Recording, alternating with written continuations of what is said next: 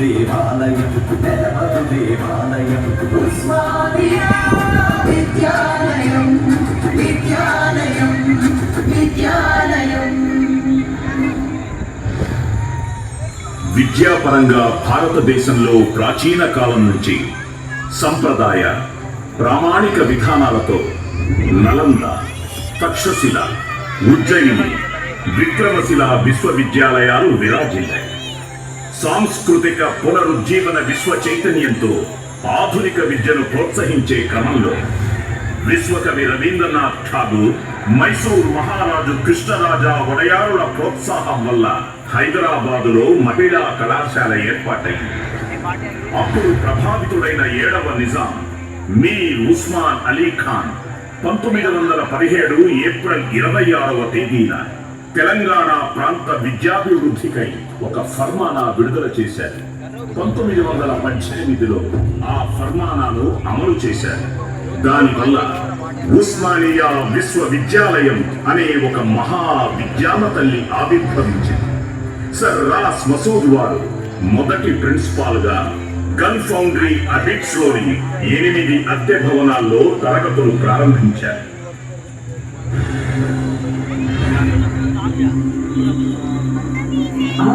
విశేషం ఏంటంటే ఈ విశ్వవిద్యాలయాన్ని కీర్తిస్తూ రవీంద్రనాథ్ ఠాగూర్ గారు ప్రత్యేకంగా ఉత్తరం కూడా రాశారు.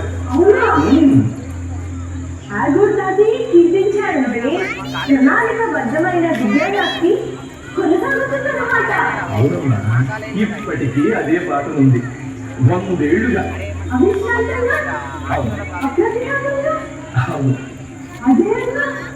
అవునమ్మా. చెప్పు తాతయ్య, ఆ కథంగా చెప్పు, ఆ వివరాలన్నీ చెప్పు. 1918లో ఫర్మాన అమలు చేశారు. తర్వాత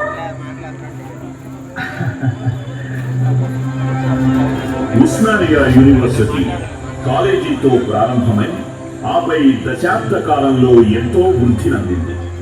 ఉర్దూ మీడియంతో మొదలైన కాలానుగుణంగా తెలుగు, ఇంగ్లీష్ మాధ్యమాలలో బోధన సాగింది. అంచెలంచెలుగా intermediate, BA, theology, arts, science, law కోర్సులు ప్రారంభమై 1925లో ఎంఏ ఎల్ఎల్బి, 1927లో ఎంబీబీఎస్, 1929లో టీచర్ ట్రైనింగ్, ఒకటి తర్వాత ఒకటిగా ఆరంభమై ఇంజనీరింగ్ కాలేజీ కూడా ప్రారంభమైంది. అప్పుడు ఈ విశ్వవిద్యాలయానికి విశాలమైన భవనం, ప్రత్యేకమైన స్థలం ఉండాలని మీర్ ఉస్మాన్ అలీ ఖాన్తో సహా అందరూ భావించారు. ఇక నిజాము వారి కోరికలు, యూకలు పరిపూర్ణం అవడానికి ఆయన ఒక అద్భుతమైన కళ కన్నారు.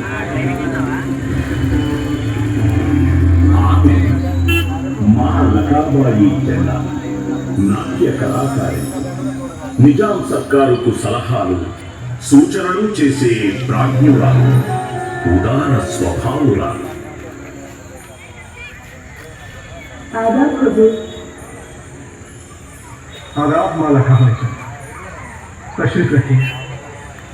మీరేదో ఆలోచనలో ఉన్నారు.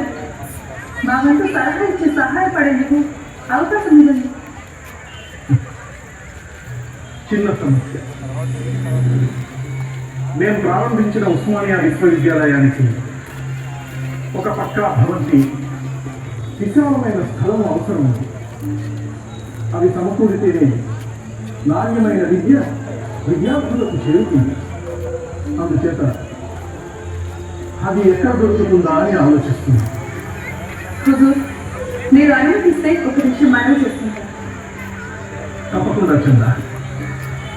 మీకు అభ్యంతరం లేకపోతే మీ ఉస్మానియా విశ్వవిద్యాలయానికి నా అడిగిన జాగే 1400 ఎకరాలు తీసుకోండి.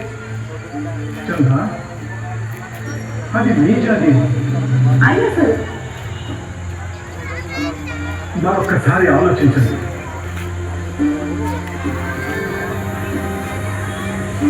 విశ్వవిద్యాలయానికి వేరొక స్థలాన్ని చూసి కేటాయించగలను. లేదు గురు, మన్నించండి. మీరు తలపెట్టిన బృహత్ కార్యానికి అడిగిన జాగే అనువుగా ఉంటుంది. విశ్వవిద్యాలయంతో ఎందరో మహానుభావుల్ని తీర్చిదిద్దే ఈ ప్రక్రియలో నన్ను కూడా పాల్పంచుతుంది. అది మన ప్రాంత ప్రజల దశాదిశలని మార్చేస్తుంది. భరాచంద భరా, భవిష్యత్ తరం మిమ్మల్ని గుండెల్లో పెట్టుకుంటుంది. విశ్వవిద్యాలయ కీర్తి ప్రతిష్టలతో పాటుగా మీ పేరు కూడా చిరస్థాయిగా నిలిచిపోతుంది.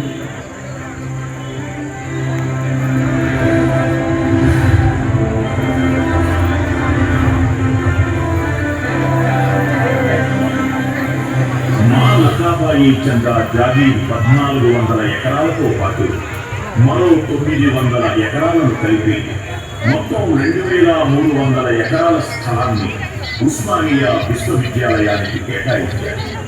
ఆర్కిటెక్చర్ మరియు ఇంజనీరింగ్లో నిపుణులైన సయ్యద్ అలీ రజా, నవాబ్ జైన్ యార్ జంగ్ బహదూర్లను విషయ సేకరణ, విద్యా విధాన పరిశీలన కోసం ప్రపంచ పర్యటనకు పంపించారు మీర్ ఉస్మాన్ అలీ ఖాన్.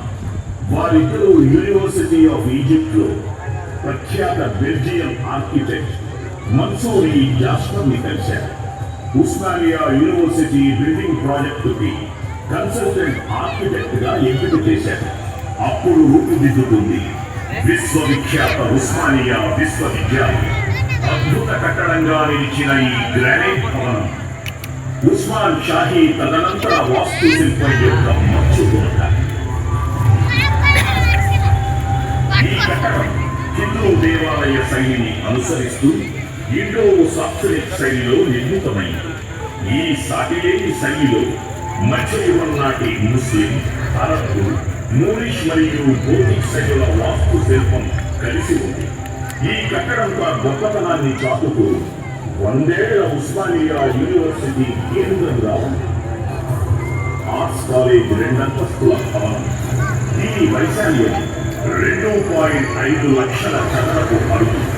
దగ్గరలోని రాతి గనుల నుంచి తీయబడిన గులాబీ రంగు ఛాయతో కూడిన గ్రానైట్ తో చెక్కబడి నిర్మితమైంది. పింక్ గ్రానైట్ ను తొలిచి వాటిని అందంగా రూపుదిద్దడంలో పాలు పంచుకున్న శక్తులను తంజావూరు, తొరకపాలెం, కంజీవరం మొదలగు ప్రాంతాల నుండి రప్పించారు.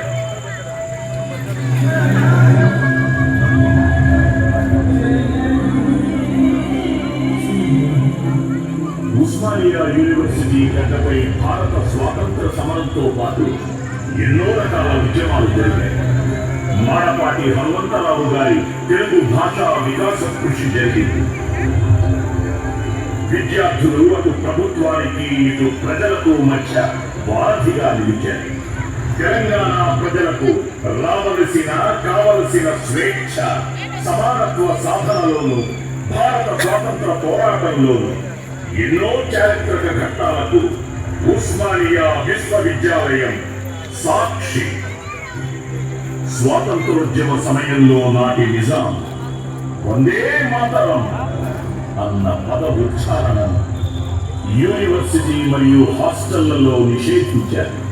వ్యతిరేకించిన విద్యార్థుల వందే మాతర ఉద్యమం ఊరేగింపు ఇక్కడి నుంచే ప్రారంభమై సుల్తాన్ బజార్లోని జైన్ మందిర్ వరకు నాటి హైదరాబాద్ పోలీస్ కమిషనర్ కొత్వాల్ రాజా బహదూర్ వెంకట్రామరెడ్డి సహకారంతో సాగింది.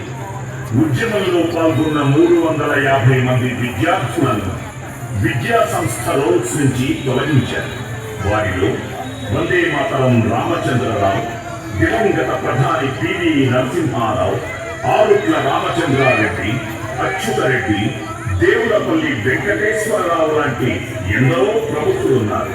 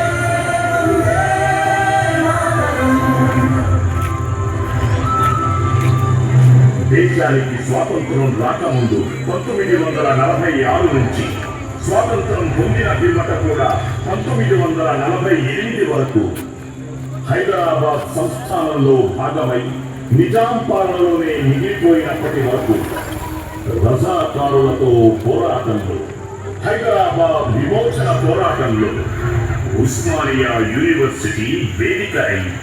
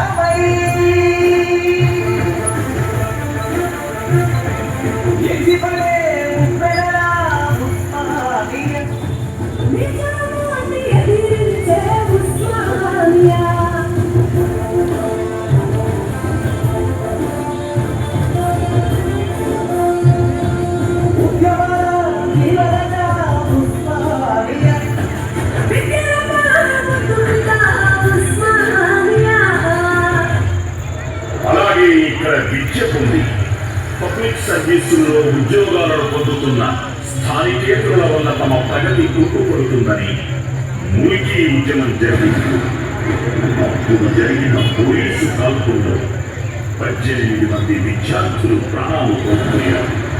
వందల సంఖ్యలో విద్యార్థులు గాయపడ్డారు, అరెస్ట్ అయ్యారు.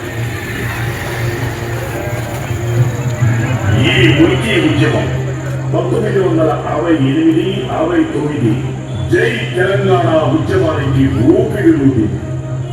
1956లో జరిగిన పెద్ద మనుషుల ఒప్పందాన్ని ప్రభుత్వం బేఖాతరు చేయడానికి వ్యతిరేకంగా ప్రత్యేక రాష్ట్రం మాత్రమే తెలంగాణ ప్రాంత ప్రజలకు న్యాయం చేస్తుందని విద్యార్థులంతా పోరాటం చేశారు. ఈ ఉద్యమంలో 379 మంది ప్రాణాలు కోల్పోయారు. వారిలో విద్యార్థుల సంఖ్య ఎక్కువ. దాదాపు 8 నెలల ఉద్యమంలో ఒక అకాడమిక్ సంవత్సరాన్ని నష్టపోయారు. ప్రత్యేక తెలంగాణ రాష్ట్ర సాధనకై మలిదశ ఉద్యమం 2001లో ప్రారంభమై 2009 నుండి 2014 జూన్ 2 వరకు ఉధృతంగా కొనసాగింది. తెలంగాణ ప్రజలు ఉస్మానియా యూనివర్సిటీ విద్యార్థులతో కలిసి నడుము బిగించారు. అందుకు ఆర్ట్స్ కళాశాల వేదికగా మారింది. దాదాపు 6 సంవత్సరాలు తీవ్రంగా ఉద్యమించి ఎలాంటి హింసకు తావివ్వకుండా రాజకీయ పార్టీలకు అతీతంగా విద్యార్థులు ఉద్యమాన్ని కొనసాగించారు. కొంతమంది విద్యార్థులు దురదృష్టవశాత్తు ఆత్మ బలిదానాలు చేసుకున్నారు. తెలంగాణ ఏర్పడితే ఉద్యోగాలు, నిధులు, నీళ్లు వస్తాయని, తెలంగాణ అభివృద్ధి చెందుతుందన్న నమ్మకంతో త్యాగాల ద్వారా సాధించాలని ప్రాణాలు వదిలారు, బలిదానాలు చేశారు. యూనివర్సిటీ ప్రాంగణమంతా పోలీసుల పహారాతో, బూట్ల చప్పుళ్లతో, ప్లాస్టిక్ బుల్లెట్ల వర్షంతో, లాఠీ చార్జీలతో ఒకవైపు ఉంటే మరోవైపు ఉద్యమ రూపం ఆటపాటలతో, ర్యాలీలతో, దీక్షలతో, నిరసనలతో, సభలు సమావేశాలతో మెరసి అనస్థలంగా మారి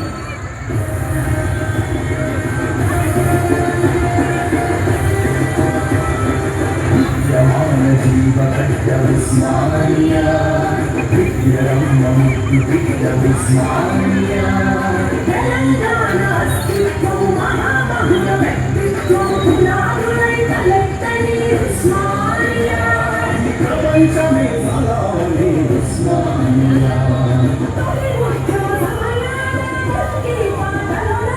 మరి ఉద్యమ సమయాల స్వరాష్ట్రము కాక్షించి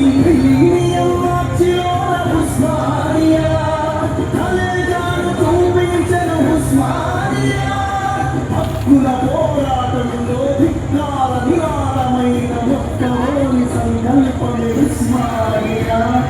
లాఠీలే మెరిసిన కూటాలే కురిసిన భీతుగా గర్జించని ఉస్మానియా. నిర్బంధములెన్నున్నా కోర్టు కేసులెదురైనా నిర్భయముగా ముందుకేటి ఉస్మానియా. అన్నిటికీ ఎదురు నిలిచే ఉస్మానియా. అనుకున్నది సాధించను ఉస్మానియా.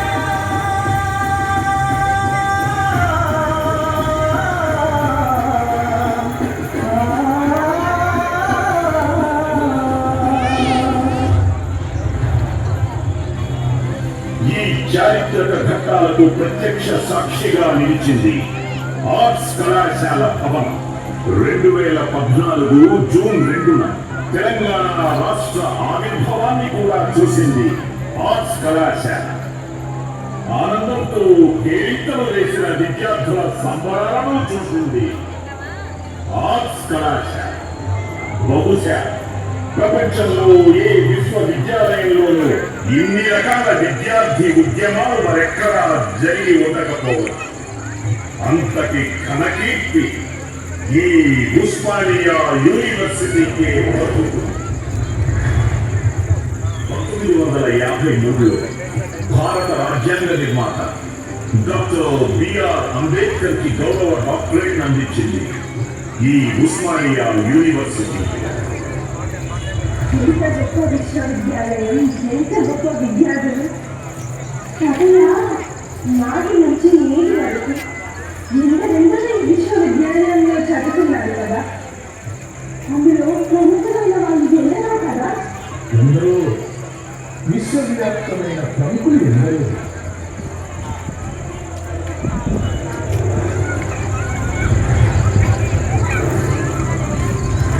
వందే మాతర ఉద్యమంలో పాల్గొన్న వందే మాతరం రామచంద్రరావు, భారత మాజీ ప్రధాని పివి నరసింహారావు, ఆర్బీఐ గవర్నర్ గా పనిచేసిన డాక్టర్ యాగా వేణుగోపాల్ రెడ్డి, దూర విద్యా విధానాన్ని అభివృద్ధి చేసిన ప్రొఫెసర్ జి రామరెడ్డి, ప్రఖ్యాత కవి కాళోజీ నారాయణరావు, ప్రముఖ జాతీయ కవి doctor C Narayana Reddy, mechanics లో ఎన్నో ఆవిష్కరణలు అందించిన ప్రొఫెసర్ జేఎన్ రెడ్డి, ప్రముఖ సైంటిస్ట్ డాక్టర్ వికే సారస్వత్, జాతీయ బాలల హక్కుల రక్షణ కమిషన్ అధ్యక్షులైన శ్రీమతి శాంతా సిన్హా, దేశ స్వతంత్ర పోరాటంలో పాల్గొన్న మగ్దుం మొహియుద్దీన్, బిరుదురాజు రామరాజు, బద్రీరాజు కృష్ణమూర్తి, పద్మశ్రీ రామచంద్రారెడ్డి, భారత ప్రభుత్వ చీఫ్ ఎలక్షన్ కమిషనర్ అయిన ప్రథమ మహిళ శ్రీమతి బిఎస్ రమాదేవి, మొట్టమొదటి మహిళా దక్షిణ భారతీయ రైల్వే ట్రాఫిక్ సర్వీస్ అధికారిని పద్మశ్రీ ఆనంద శంకర్ జయంత్, ప్రముఖ సినీ దర్శకుడు శ్యామ్ బెనగల్, రాజకీయ దురంధరుడు ఎస్బి చవాన్, శివరాజ్ పాటిల్, శివశంకర్, ధర్మ్ సింగ్, జైపాల్ రెడ్డి, మేధ సంపన్నులు Kothapalli Jayashankar, Kalvakuntla Chandrashekar Rao, Adobe CEO Shantanu Narayen, Hetero drugs Bandi Parthasarathy Reddy, cricket క్రీడా వ్యాఖ్యాత హర్ష భోగిరి, భారత మహిళా cricket team captain Mithali Raj, badminton చైతన్యాలు గుల్లెల గోపీచంద్, శ్రీమతి సైనా నెహ్వాల్, టెన్నిస్ కెరటం శ్రీమతి సానియా మీర్జా, శ్రీ రేవంత్ రెడ్డి తెలంగాణ రాష్ట్ర ముఖ్యమంత్రి, శ్రీ చెన్నమనేని విద్యాసాగర్ రావు మహారాష్ట్ర మాజీ గవర్నర్, శ్రీ బండారు దత్తాత్రేయ హర్యానా గవర్నర్, శ్రీ నల్లు ఇంద్రసేనారెడ్డి త్రిపుర గవర్నర్, ఇలా ఎందరో ఎందరో ఎందరెందరో. ఈ 100 సంవత్సరాల్లో ఉస్మానియా విశ్వవిద్యాలయం ఎందరినో తీర్చిదిద్దగా వారి వారి రంగాల్లో చల్లని ముద్ర వేసి భావితరాలకు మార్గదర్శకులైన మహానుభావులు ఎందరో ఎందరెందరో. అందరికీ వందనాలు. హృదయములను పొంగింది అక్షర కంఠై ఉస్మానియా.